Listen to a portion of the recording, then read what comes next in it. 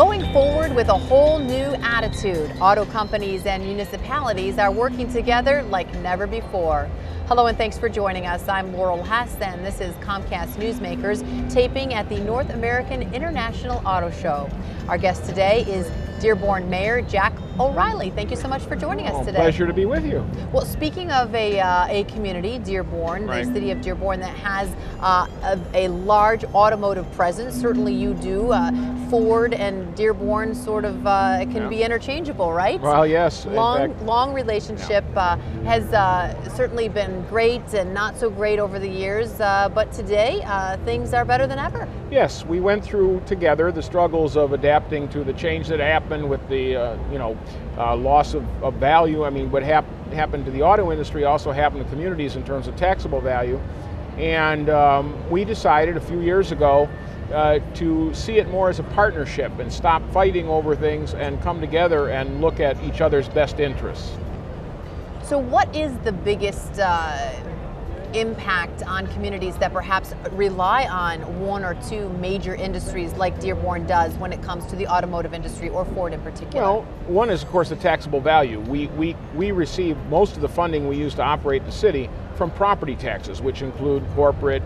We have the world headquarters there. It includes industrial. We have the Ford Rouge plant, and it includes residential and commercial. So that impact, losing most communities have lost 30-35% of their revenue stream due to reduction in property values. Well, and there's discussion now of the personal property tax perhaps being wiped completely away. Well, it was. It actually was in the actions that happened at the end of the session, but it was done with replacement values. And while it's somewhat controversial, at the end of the day, we need to see each other as vital partners, and that's what we've chose to do between Ford Motor Company and the city of Dearborn. We see each other as being critical for supporting each other to reach success, and so it's a different way. It used to be a lot more of us having to struggle through, fighting and spending a lot of money to say, well, we think it's this value, you think it's that value. We've changed that whole dynamic, and it's really been successful.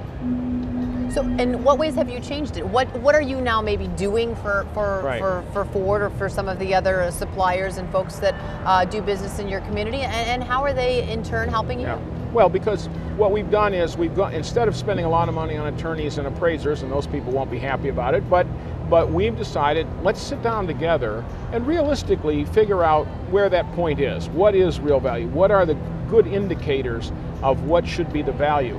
And that's been part of it. The other thing is just with space. They've downsized a great deal. The reduction in white-collar workers has caused a glut of office space, but what we're working with them in partnership to say, what do we have to do to help you facilitate reoccupancy? And then everybody wins. We begin to get more diversified because people that are moving into former automotive space are non-automotive companies, and therefore we're now getting a diverse economic base. We're bringing new jobs in. Although they may not be automotive jobs, they're new jobs. So this partnership is producing good results for everybody, and it means that we're trying to think about how we can work together, and it stretches out to other entities in the community where we try and examine, we're trying to work with our retail sector and say, well, what can we do to support that?